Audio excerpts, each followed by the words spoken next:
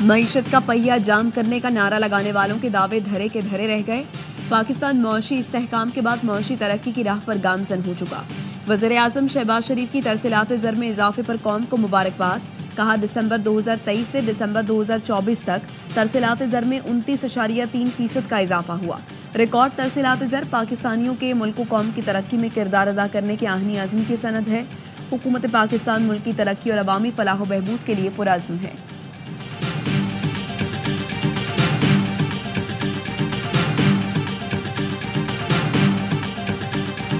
4.5 سال بعد پی آئی اے کا یورپ کے لیے فلائٹ آپریشن بحال۔ پہلی پرواز اسلام آباد سے 300 سے زائد مسافروں کو لے کر کچھ دیر بعد پیرس روانہ ہوگی۔ وزیر ہوا بازی خواجہ آصف نے پی آئی اے سی ای او کے ہمراہ پیرس پرواز کا افتتاح کیا۔ کہا گزشتہ 4 سال کے دوران پی آئی اے کو کئی سو ارب کا نقصان ہوا۔ اس وقت قومی ایئر لائنز 800 ارب روپے کی مقروض ہے۔ پی ٹی آئی کے وزیر کے بیان سے پی آئی اے کو ناقابل تلافی نقصان پہنچا۔ آنے والے دنوں میں برطانیہ کے لیے بھی فلائٹس کا اجراء ہوگا۔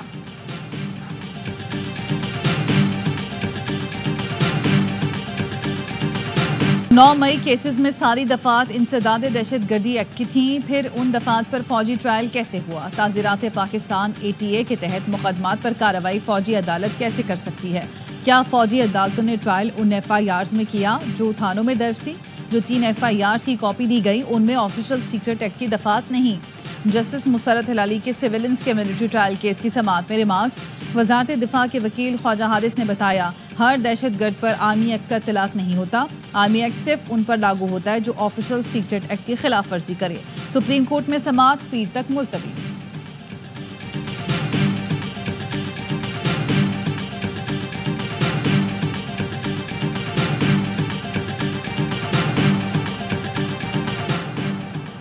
کچھ عناصر نے جان بوجھ کر کرم معاملے کو غلط رنگ دیا۔ وفاقی وزیر داخلہ محسن نقوی کی مولانا فضل الرحمان سے ان کی رہائش گاہ پر ملاقات میں گفتگو۔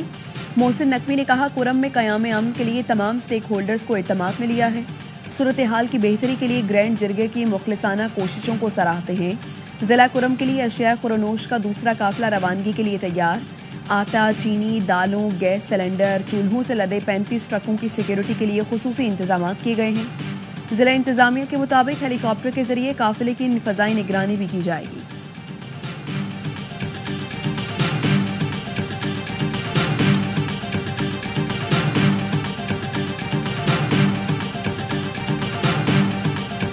بیرسٹر گوہر کی ملاقات ہوئی تھی، ان سے جو بات ہوئی ہے خان صاحب کی تیسری نشست کر لیں، اس نشست میں تحریری مطالبات بھی دے دیں، لیکن ساتھ ہی یہ کہیں کہ اس نشست میں مانا جائے کہ جوڈیشل کمیشن جو ہم مانگ رہے ہیں 9 مئی کے حوالے سے 26 نومبر کے حوالے سے وہ بنیں گے۔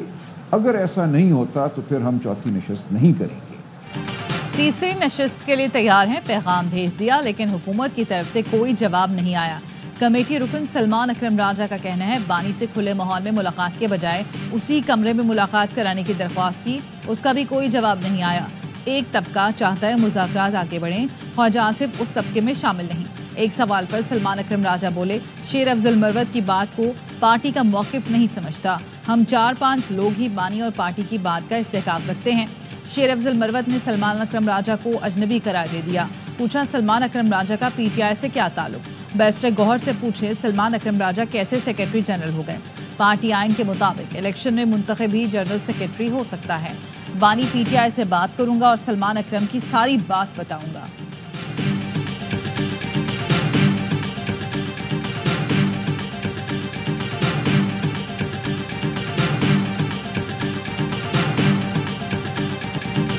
مریم نواز کے پاس جانوروں کا علاج ہے تو پلیٹلیٹس گرنے کا علاج بھی ہوگا۔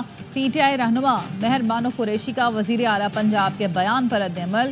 کہا جعلی مینڈیٹ پر موجود جعلی وزیر اعلیٰ دھمکیاں اور تڑیاں دیتی ہیں، جس کو وہ علاج کہتی ہیں ہم اس کو فراڈ، فریب، فسطائیت اور انصاف کا گلا گھونٹنا کہتے ہیں۔ مشیر اطلاعات خیبر پختونخوا بیرسٹر سیف کا کہنا تھا بانی پی ٹی آئی شریف خاندان کے اعصاب پر سوار ہیں۔ مریم نواز بانی بننے کی ناکام کوشش کی بجائے عوامی مسائل پر توجہ دیں۔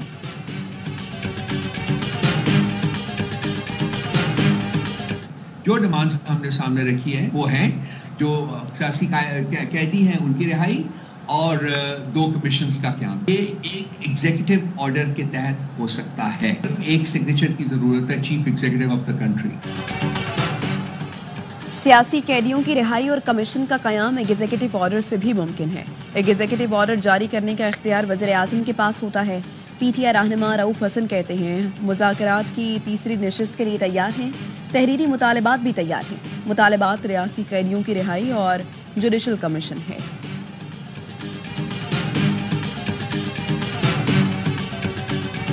توشہ خانہ کیس 2 کی سماعت آج اڈیالہ جیل میں ہوگی. بانی پی ٹی آئی کو کمرہ عدالت میں پیش کیا جائے گا.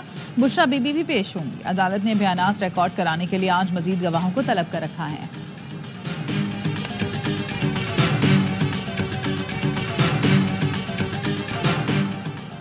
سنجیدی میں کوئلے کی کان میں پھنسے ایک مزدور کی لاش نکال لی گئی. دیگر 11 کارکنوں کی تلاش جاری.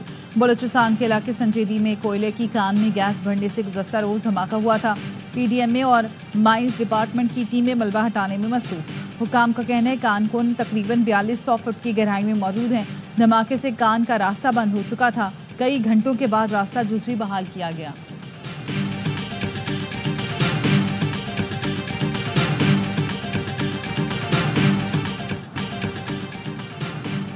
سندھ ہائی کورٹ نے ڈاکٹر شاہد رسول کو بطور ایگزیکٹو ڈائریکٹر جینا اسپتال بحال کر دیا. 2 رکنی بینچ نے سنگل بینچ کی جانب سے معطلی کا فیصلہ قلعدم قرار دے دیا. کہا ایڈوکیٹ جنرل کا موقف قابل توجہ ہے. انصاف کی فراہمی کے لیے 2 رکنی بینچ کو مداخلت کرنا پڑی. سنگل بینچ کو تمام فریقین کو سننے کے بعد معطلی سے متعلق فیصلہ دینے کی ہدایت.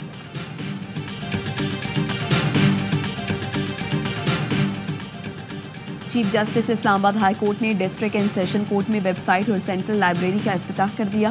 پہلی بار ڈسٹرکٹ سطح پر عبوری حکم نامے میں بھی ویب سائٹ پر دستیاب ہوں گے. چیف جسٹس عامر فاروق نے کہا ہم نے کیسز جلد نمٹا کر بیک لاگ کو ختم کیا ہے.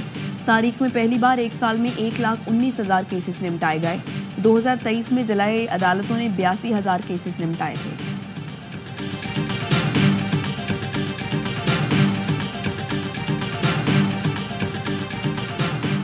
سندھ اسمبلی کا مختصر ترین اجلاس. کورم پورا نہ ہونے پر اجلاس شروع ہوتے ہی ختم. ایوان میں صرف 4 ارکان موجود تھے. ایم پی ایس کی عدم حاضری کے باعث اجلاس پیر کی دوپہر 2 بجے تک ملتوی کر دیا گیا.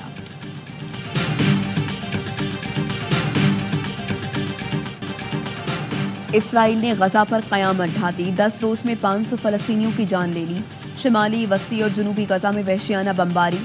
شہید ہونے والوں میں بچوں کی بڑی تعداد شامل. گزشتہ 24 گھنٹوں میں 22 فلسطینی لقمہ اجل بنے. صہیونی فورسز نے خان یونس میں خیموں کو نشانہ بنایا. مغربی کنارے پہ پرتشدد کارروائیاں جاری. ایک ہفتے کے دوران یہودی آباد کاروں نے درجنوں مکانات جلا دیے. فصلیں نظر آتش کر دی. 1.5 سال سے جاری اسرائیلی جارحیت سے شہید فلسطینیوں کی تعداد 46,000 سے تجاوز کر چکی ہے.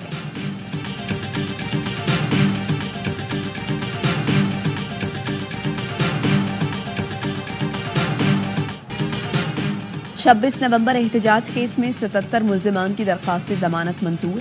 راولپنڈی کی انسداد دہشت گردی عدالت کے ملزمان کو 1-1 لاکھ روپے کے مچلکے جمع کرانے کی ہدایت.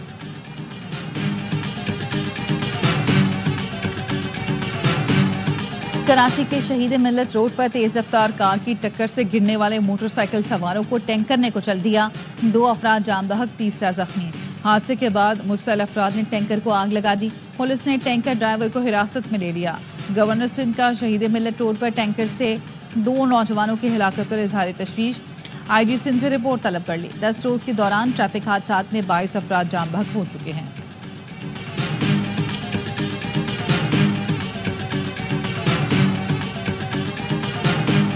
کسی اسکول کے لیے ہے. ڈائریکٹر پرائیویٹ انسٹیٹیوشن کی آفس ہے. کمپلینٹ سیل ہے. ڈائریکٹر پرائیویٹ اسکول کی ڈرپس ویب سائٹ ہے. کمپلین کریں اپنے آئیڈینٹی کارڈ، اپنے نام، اپنے موبائل نمبر کے ساتھ. ان تمام پیرنٹس کو ضرور ریلیف ملے گا. جو اسکول جون جولائی ایڈوانس فیس طلب کرے ڈائریکٹر پرائیویٹ اسکول کو شکایت درج کرائے. Additional director private school Sindh Rafia Javed کہتی ہیں اپریل میں جون کا واؤچر جاری کیا گیا جو جون تک ویلڈ رہے گا. مئی میں جولائی کا واؤچر جاری ہوگا جو 30 جولائی تک ویلڈ ہوگا. اس سال میٹرک کا امتحان دینے والے بچے اپریل تک کی فیس دیں گے.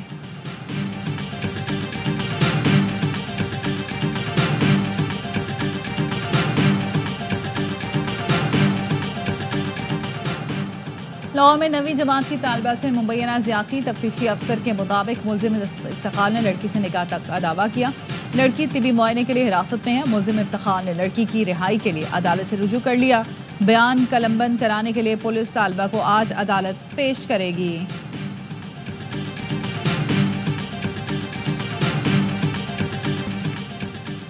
مریم نواز بانی بننے کی ناکام کوشش کی بجائے عوامی مسائل پر توجہ دی۔ پنجاب کا پیسہ عوام پر خرچ ہونے کے بجائے لندن منتقل کیا جا رہا ہے۔ مشیر اطلاعات خیبر پختونخوا بیرسٹر سیف کا بیان، کہا خیبر پختونخوا میں عوام کا پیسہ عوام کی فلاح و بہبود پر خرچ کیا جا رہا ہے۔ علی امین گنڈاپور کی قیادت میں کے پی قرض اتارنے والا پہلا صوبہ بن گیا۔ امریکی شہر لاس اینجلس کے جنگلات میں لگی آگ بجھائی نہ جا سکی، 10 افراد ہلاک، 9000 گھر اور عمارتیں راکھ ہو گئیں، 32,000 سے زائد ایکڑ رقبہ جل چکا۔ مہنگے اداکاروں کا مسکن ہالی ووڈ بالی ووڈ کو بھی شعلوں نے نکل لیا۔ 1,80,000 افراد کی نقل مکانی، خالی گھروں میں لوٹ مار شروع ہو گئی۔ اب تک $60 ارب کے نقصان کا تخمینہ لگایا جا چکا ہے۔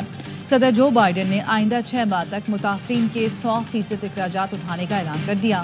نو منتخب امریکی صدر ڈونلڈ ٹرمپ نے کیلیفورنیا کے گورنر سے مستعفی ہونے کا مطالبہ کر دیا۔ کہا 3 دن میں آگ پر ذرا برابر قابو نہیں پایا جا سکا، گورنر اور میئر دونوں نااہل ہیں۔